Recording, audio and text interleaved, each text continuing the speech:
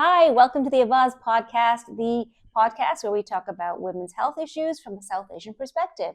I'm joined today with our regular doctors, Dr. Jithi, Dr. Nav, and Dr. Madhu.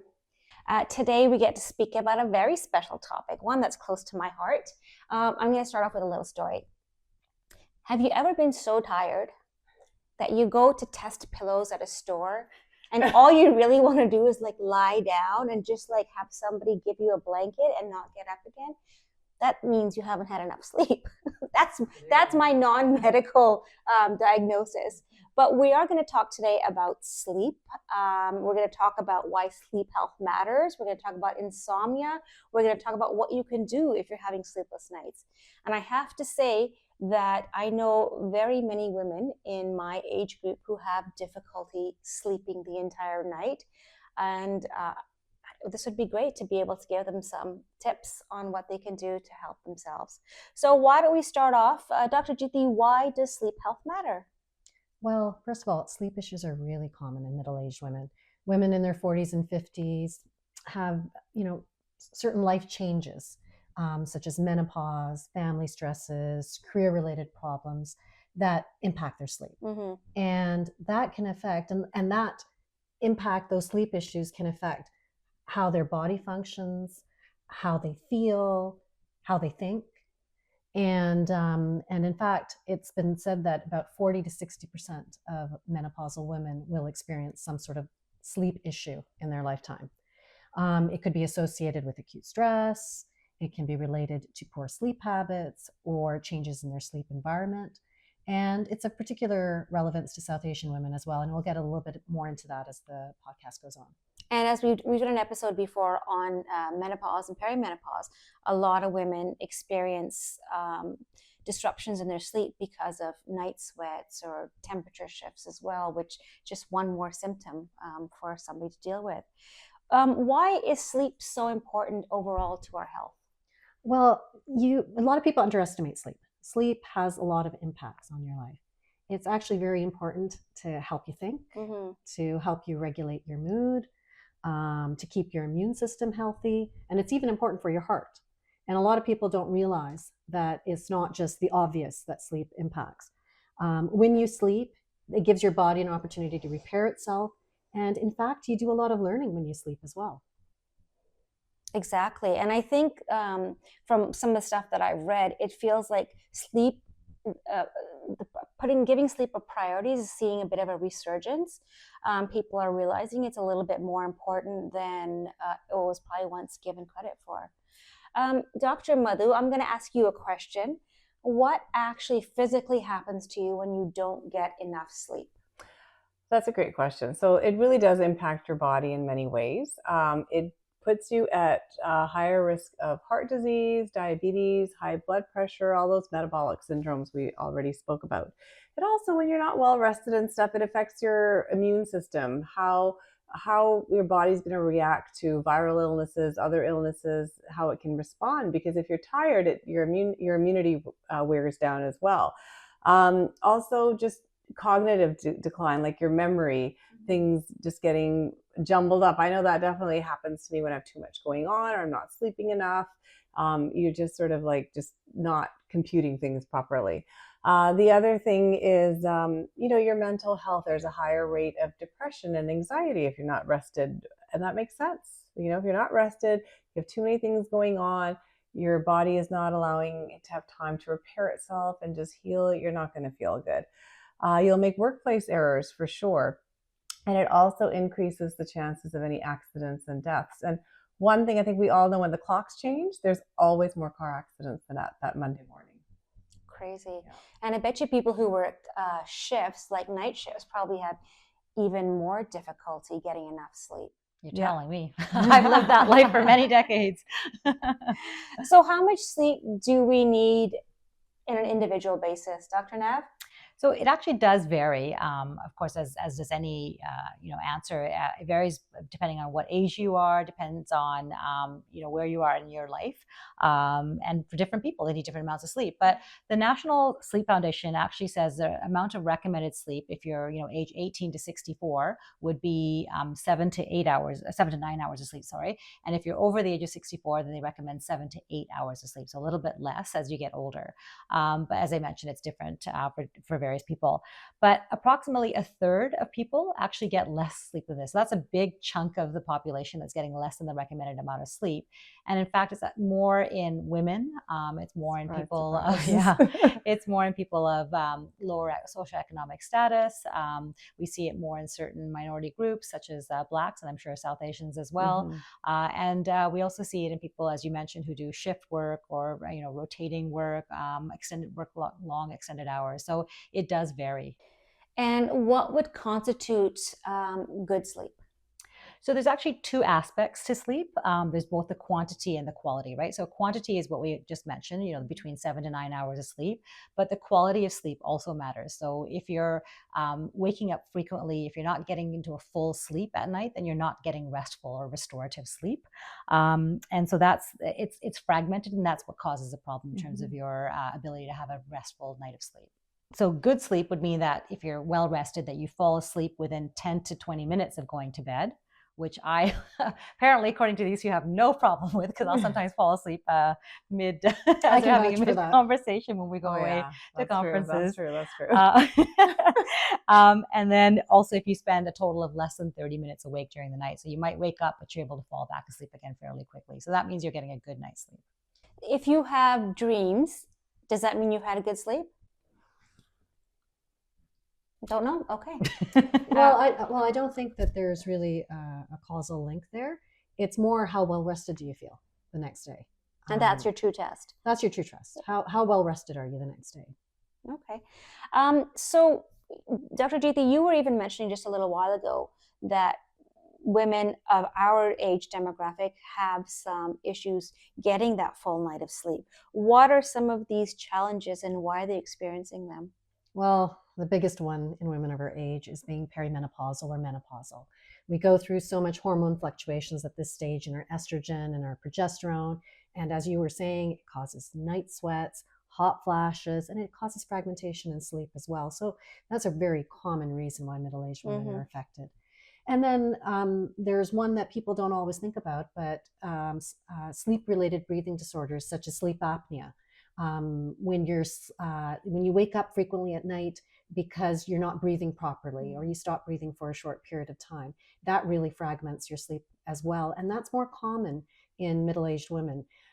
It may have something to do with menopause, and maybe some of the weight gain that you have during menopause, some of the muscle tone laxity, but it does seem to be more frequent in middle-aged women. And we also tend to suffer more from restless leg syndrome, where our legs just feel like they're constantly moving as we're trying to get to sleep. And in fact, that's been linked to sometimes being iron deficient. And that's also very common in middle-aged women. Is that restless leg syndrome the same thing when somebody tells you,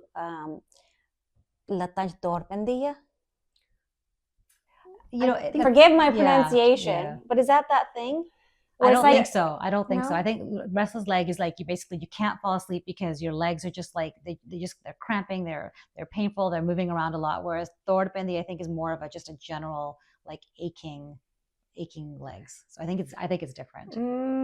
I don't know, actually, because it's very difficult in Punjabi to translate restless leg syndrome. So a lot of people will say lattan chakhundiyan, which sounds like restless leg, or they will say thordapendiya. So I think it's really difficult to describe it in Punjabi terms. I think when they say pain, though, just in my experience, they'll say dard hunda bhi gurde dukhde ne, gitte dukhde ne. But yeah, restless leg, that's a tough one to. So there's restless legs, and then there's pain in your legs. Yeah, there can be pain-related sleeping disorders as well. Maybe related to fibromyalgia. That could cause that non-specific aching, or to arthritis. So there can be pain issues as well. Yeah. And then the other one that we have to take into account is we've got a lot on our plate as middle-aged women.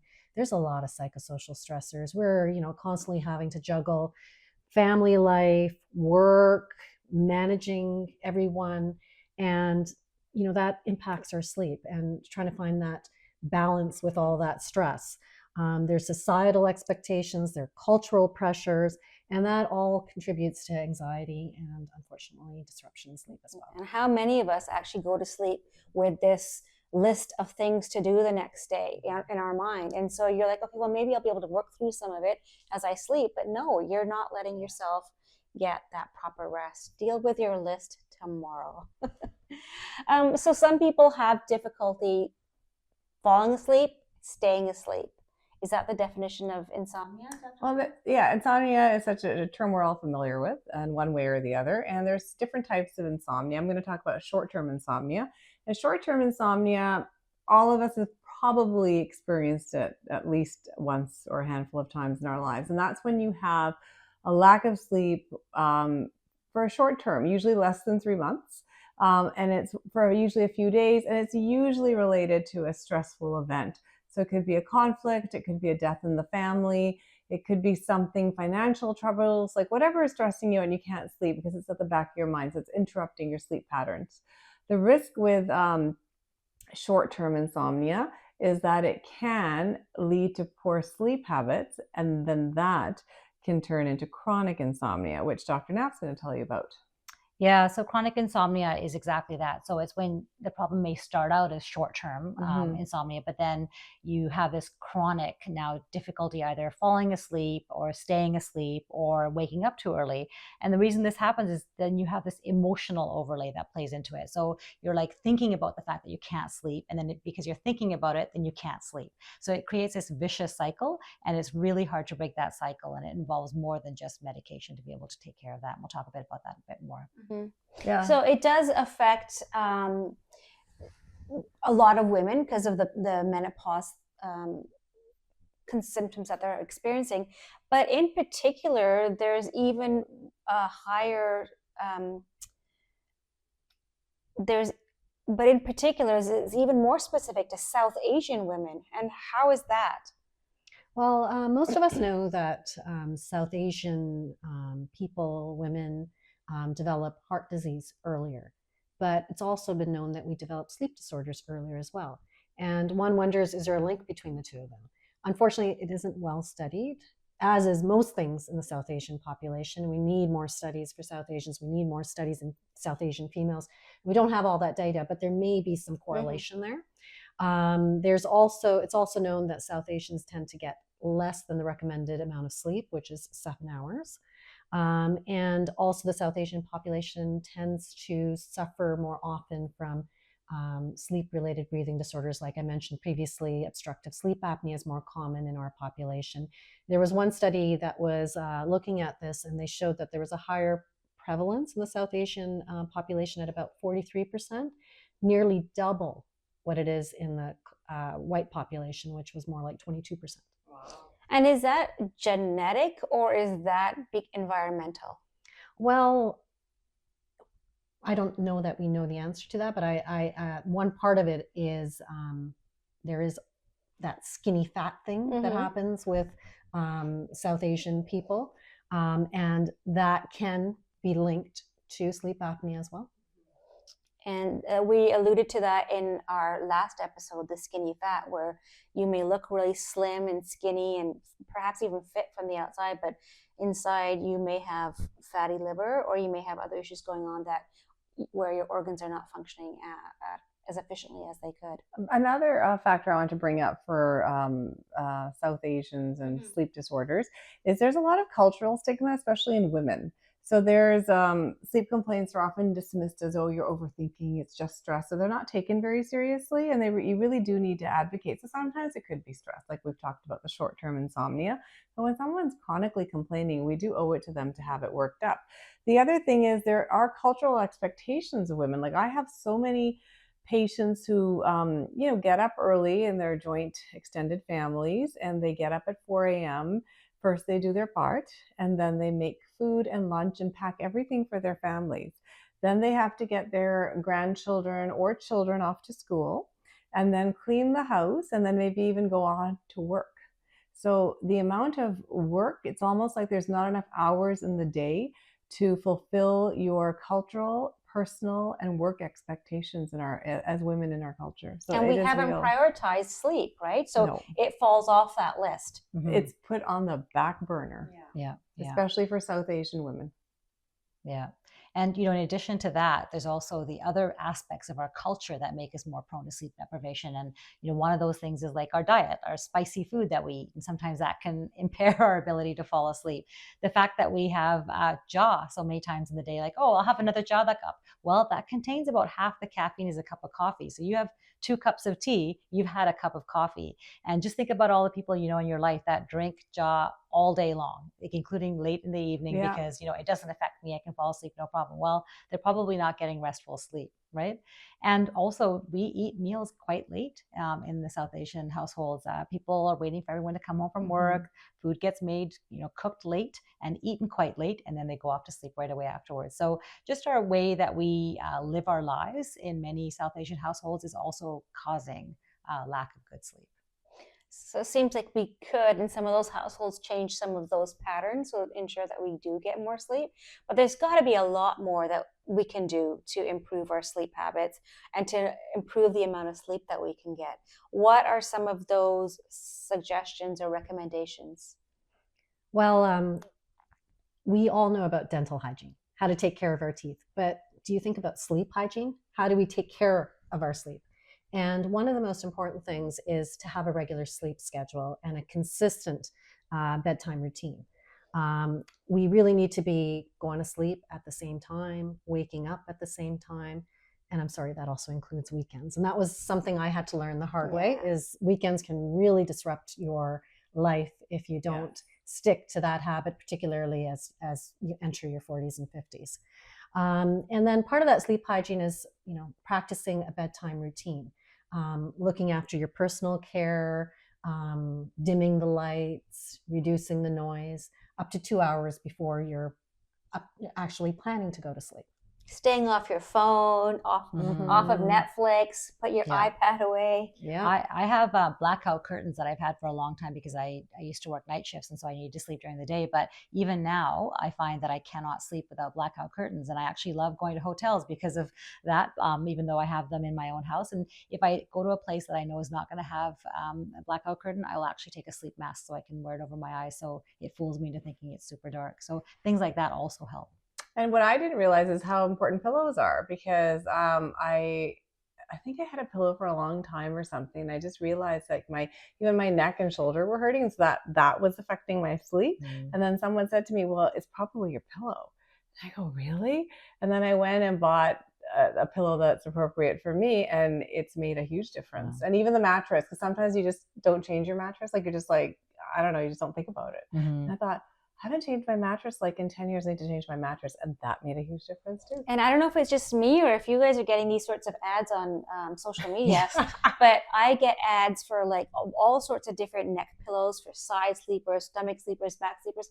But then there's like these grounding sheets you can put on your mattress and you plug it in the wall, and it's supposed to give you a fresher, rejuvenating kind of sleep. And then there's like for women in sort of perimenopause and menopause, there's like cooling bed sheets and cooling pillow sheets and cooling mattresses. There's also cooling mattresses. Yeah, I saw that somewhere. Well, I think a lot of that, though, is marketing gimmicks. Yeah. They're taking advantage of our desperate need to sleep. Yes. And taking advantage of that. Like most people know cotton sheets are going to be cooler than flannel sheets. Like just simple things in your environment can help. Common sense. Exactly. And I think one of the things that really helps me and probably saves my sleep is I have a consistent routine that winds me down at night where I always read. And the reading I do is not off a device. It's an old-fashioned book. Wow. And I can read every night. I read, whether it's one paragraph, whether it's a chapter, I always read. And invariably, I start getting sleepy while I'm reading. Actually, that's true, because we were at a conference and you did bring your book. Yeah. And you did read before bed. I find the same thing. Reading a book will just kind of lull me to sleep. it's about creating those sleep hygiene habits. Yeah. And do you remember when our children were young? That's what always, we were taught from like those nurses, Keep the routine, right? yeah. Give the kids a bedtime routine, give them a bath, give them their bottle, sing them a song, Give me my read them a bath. book, Give me my right? bottle. Maybe we should train our kids. Well, I would like someone to give me a nice massage and like, yeah. The other thing that can help is keeping a bit of a cooler temperature in your room, especially for us as we're entering middle age. We tend to have a bit of a spike in body temperature at night, even if we're not having hot flashes. And just keeping it a little bit cooler can help you obtain a deeper sleep as well. And what are some other techniques that you can use to either get to sleep, stay asleep, or feel more refreshed after you've had a sleep? Some people are really sensitive to noise, and you really need to reduce the amount of noise. And if they can't reduce, say they're in a multifamily home and they can't control all the noise in that home, earplugs can help. Mm-hmm. The other thing that I found really helps is sound machines. Yes. Just the white noise that can really sort of drown out everything else that's going on. I'm going to try that, the white noise. Mm-hmm. And there's like mindfulness sort of techniques as well, maybe a bit of meditation, slowing your brain down, focusing on how your body feels. I don't know if you've ever done that, but where you sort of you squeeze your hands and then you let them loose, squeeze your feet, let them loose, and that way you're sensing all of your bodies and you're purposely relaxing all of your muscles. It helps you fall asleep. Progressive muscle relaxation is a common technique. Yeah. Well, one thing I want to address is napping, because as we're getting older, I have a lot of friends who like to nap, and I'm not a napper. Like for me to nap, I have to be exhausted. But I do know a lot of people who love to nap. So to nap or not to nap, that's the question. And the answer, my friends, is that yes, you can nap, but for how long? So basically a 20-minute nap is great. It's a power nap, refreshes you, reboots you. You're just more alert. You're more on top of it. Anything greater than 30 minutes can go on to disrupt your sleep at night. So please be mindful of that. So yes, you can nap, but try not to nap for too long and not too late in the afternoon. And I can't stress the importance of morning light in order to keep your internal clock, your circadian rhythm at its usual around 24-hour cycle. So if you're already tired at night, you're like, oh, I'll just sleep in the morning. Not a good idea. You want to get that morning light to kind of like kickstart you back into your, okay, now it's morning. Now I've got to get going. I've got to be productive. And then that'll help you then achieve better sleep that night, because you'll be tired enough to fall asleep. And then hopefully that same thing won't happen again the next night. And if you don't have a lot of natural light in the mornings, like, for those of us who live in more northern countries where it's not so bright first thing in the morning on a winter day, then you can also get special lights that mimic that sensation of having morning light. And that also helps a lot of people. So would you advise that it's better to go to sleep when it's dark and then wake up with like sort of when the sun rises? I think if you look back in time, that's what was done, right? But now, due to modern society, working hours, and just you can't do that anymore. So I think to me now it's more about just the routine. I mean, if you can, especially when we're living in northern climates, the sun may set really late in the summer and rise really late in the winter. So it's not as practical. Ideally, yes. Practically, no. Sorry, shut you down. That's quite all right. But it's good to know, right? Some things are just not practical, even though that's how we evolved. But honestly, you're right. To wake up with the sun, I think, is probably one of my most favorite things. But when, in the winters, you go to work at like 7 or 7:30 or whatever, it's pitch black outside. It's terrible. It's hard enough to get up to walk the dog at that hour, Yeah. right? Yeah. So what other techniques can you use in order to fall asleep that might help relax you? So a very important part that people find quite useful is just simple mindfulness and relaxation techniques. Things like breathing exercises, yoga, meditation, progressive muscle relaxation. These are all things that you can practice during the daytime and kind of figure out how to do it so that you're not overthinking it at night and it's a little bit more natural. What these things do is it takes us out of our mind and makes us focus on our body. And if you do those things, it activates the resting part of your brain, which is called the parasympathetic nervous system. Great ideas. What other things can we do in terms of maybe diet? Well, I'm going to be the broken record here. Don't eat late at night. Don't eat spicy food. Don't eat fried fatty foods. Avoid your caffeine, especially, honestly, I would say in the afternoon, after 2 o'clock. Just don't have any coffee or tea, because people who are especially sensitive, and we do get more sensitive as we're older, some people just are, just avoid your caffeine. Some people will say, well, but alcohol puts me to sleep. Well, it may put you to sleep, but it won't keep you asleep.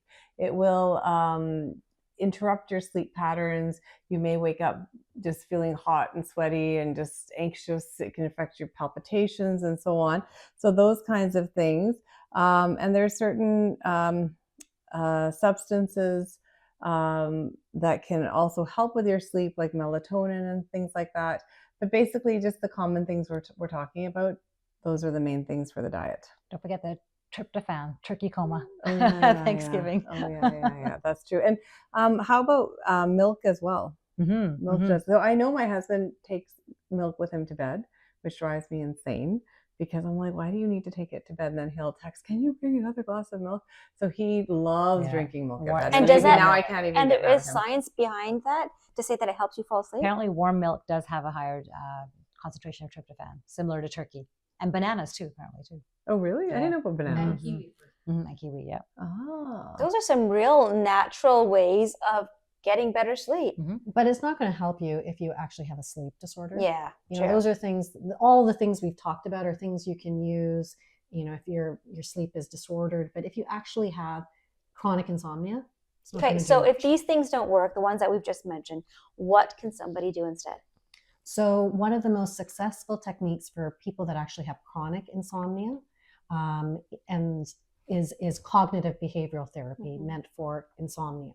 It's a way of restructuring your thoughts, your behaviors, and feelings that contribute to sleep problems such as insomnia. And you work with a therapist. There's different ways you can do it. You could do it one-on-one with a psychologist. You could do it as part of group therapy.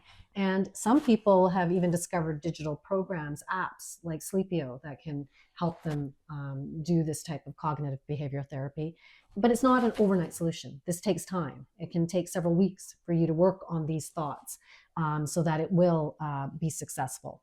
And this is actually considered first-line therapy for chronic insomnia, more important than medication. And it has a fairly good success rate of about 60 to 70%. That's fantastic, because if you can sort of help your mind relax in a more natural way, then you'll be able to do that, whether it's trying to sleep on a plane or in a hotel, or even just when in a stressful period of your life. And also back to what Dr. Nava talked about, that vicious circle when you can't go to sleep, and then you're thinking, oh, I can't go to sleep, which makes you less likely to go to sleep. Yeah. And then you start thinking about your work. And so it just shows you how you can work that out and figure that out so that you don't have that sleep disruption. Are there specific things that you can use to target just to get better sleep? Yeah, so maybe you can target what's causing the issue with sleep. So for people who have obstructive sleep apnea, a CPAP machine would be great. For people who are having hot flashes or perimenopausal or menopausally related issues with sleep, hormone replacement therapy. Restless leg syndrome, you can use things like ferritin or iron. And then the other thing is you can use certain antidepressants. They fall under the antidepressant umbrella to help with sort of helping you stay asleep and fall asleep. So you can target things. You have to really look at what's wrong with the person. Why can't they sleep? So you have to get to the root cause, and then you can address the specific issue related to that specific person's sleep issues. Okay. And some people will be helped through various supplements, like maybe, I know people that take melatonin or CBD oil. What are some other things that they might try, Dr. Knapp? Yeah, so what you mentioned, melatonin, it does help to support your own natural circadian rhythm. It's not like an actual sleep aid itself. It doesn't make you fall asleep, but it does help you. So it's great if you are taking it, in small doses and it works for you, but it doesn't work for everybody. And so I don't think it's like a, cure-all. And the same thing goes for, say, CBD oil or magnesium, for example. Some people take magnesium, and there's a few small studies that suggest that it might help them. But again, these are all not very well studied. And so I don't think that it's a good idea to just kind of blindly start taking supplements if you don't have any clear indication that they're helping you. Very interesting. So don't get on the bandwagon unless you actually need it and unless it actually helps you out.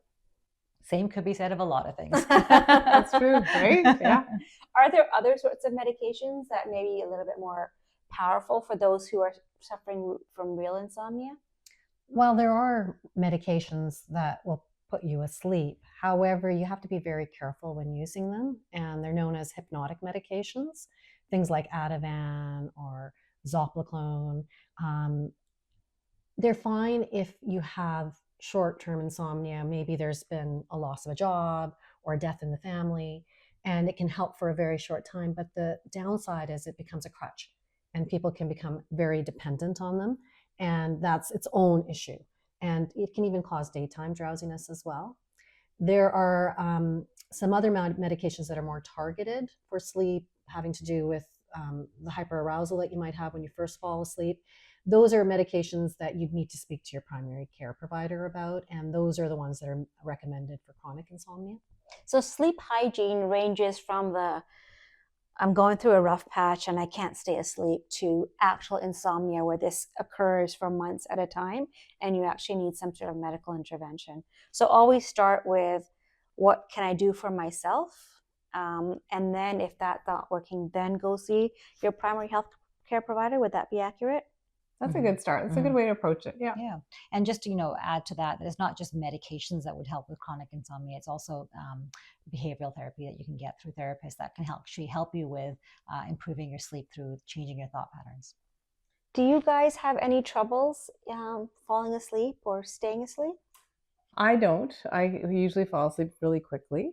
I think when I can't fall asleep, or if I have interrupted sleep, it's usually there's something bothering me. So for me, it definitely is that situational, like something's off or I'm stressed about something and then I can't sleep. Yeah. But otherwise, knock on wood, so far, it's I can sleep.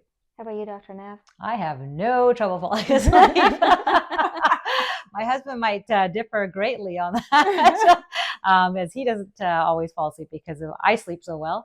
But no, I have no troubles falling asleep. And if I do wake up overnight, it's usually just quick, and I fall right back asleep again. And as Dr. Madhu said, the only times that I might be awake for longer than just a few minutes overnight is if there's something that's bothering me, and I have to let it out of my system. I have to go deal with it. I have to write it down, get it out of my brain, and put it on paper or on a computer or something, just so that it's no longer something that's nagging me all night long. You have to resolve it. Mm-hmm. What a good idea. How about you, Dr. Jeethi? In addition to the usual stressors that they mentioned, the thing for me that bothers my sleep is when I know I need to sleep.